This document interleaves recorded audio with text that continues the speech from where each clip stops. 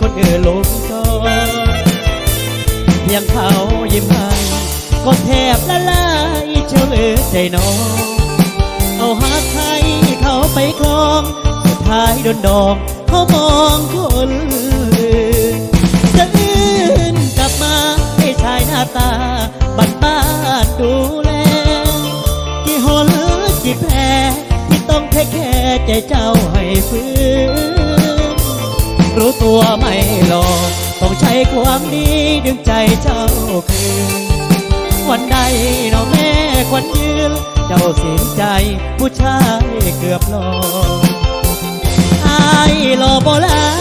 ยแต่บ่หลายใจคือใกล้คนนั้นมีหาให้เจ้าทุกวันสิท้อแทนการหล่อน้อยได้บ่พร้อมทุ่มเพื่อเจ้า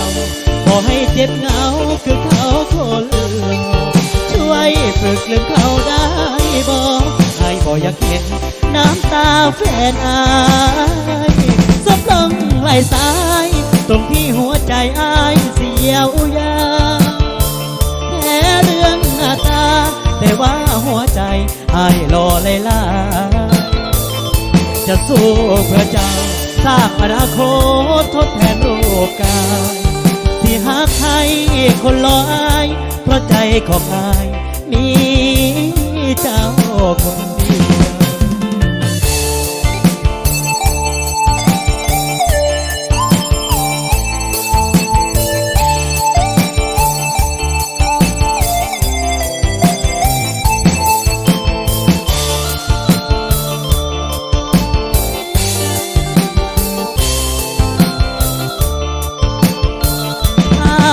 หล่อบ่หลา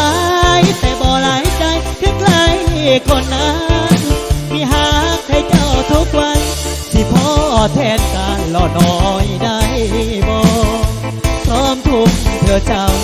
บ่ให้เจ็บเหงาคือเขาคนหล่อช่วยฝึกลืมเขาได้บ่อายบ่อยากเห็นน้ำตาแฟนอายซบลงไหลสายตรงที่หัวใจอายเสียวยาวแพ้เรื่องหน้าตาแต่ว่าหัวใจอายรอเลยล่ะจะสู้เพื่อเจ้าสร้างอนาคตทดแทนรูปกายสิหากให้คนรออายเพราะใจของอายมีเจ้าคนเดียวสิหากให้คนรออายเพราะใจของอายมีเจ้าคนเดียวเอาเกี่ยวเด้อเกี่ยวเด้อเพื่อคำควรให้แก่ทั้งเจ้าภาพเนาะทั้งกันโสผมด้วยทั้งเฮลด้วยนะเอามาต่อเสียงเพลงโซนี่เนาะแต่พักขอเอามาให้พี่ยเพชรเด้อ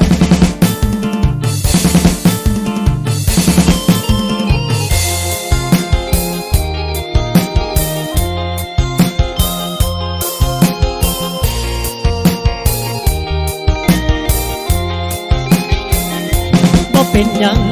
ดอกให้บอกกับอายโลดสาวมันเจ็บกะสิอดเอามันเหงากะสิทั้งใจคันละเจ้าสิทิมอายไปมีผู้ใหม่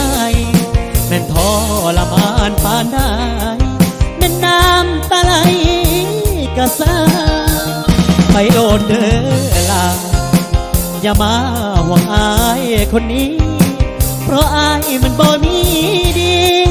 สิสู้เขาได้จับยาหากินเสือเมือบอกคือสิลุงดอกนาหากเจ้าไปดีมีทางเดินนางก็ให้เจ้าไปคิดอยู่ตลอดว่าอายนี่ต้องผิดหวังสักวันต้องน้ำตาพังร้าวรุ่งจนนอนปวดใจเพราะมีร่างรอให้พอรู้อยู่ในว่าน้องกำลังมีพายแทรกใจให้เฮาเหินหาสักหัวเอ็นทองน้องปอต้องมาสนใจสิทุกสิยาสำได้ตัดใจลืมเสดอนาขอไว้พร เจ้าไปสมหวังทุกอย่างส่วนอายนี่เด้อเด้อนะคิดฮอดกะสิโอเท้า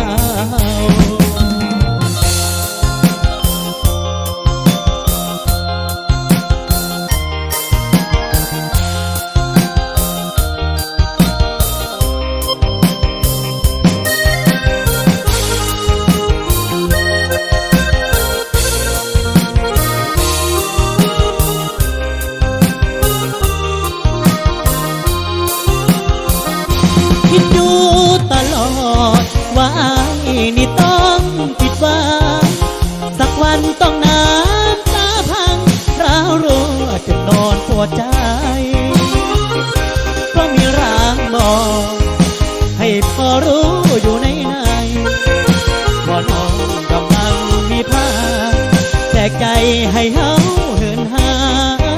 งสร้างหัวอายทองน้องบ่ต้องมาสนใจ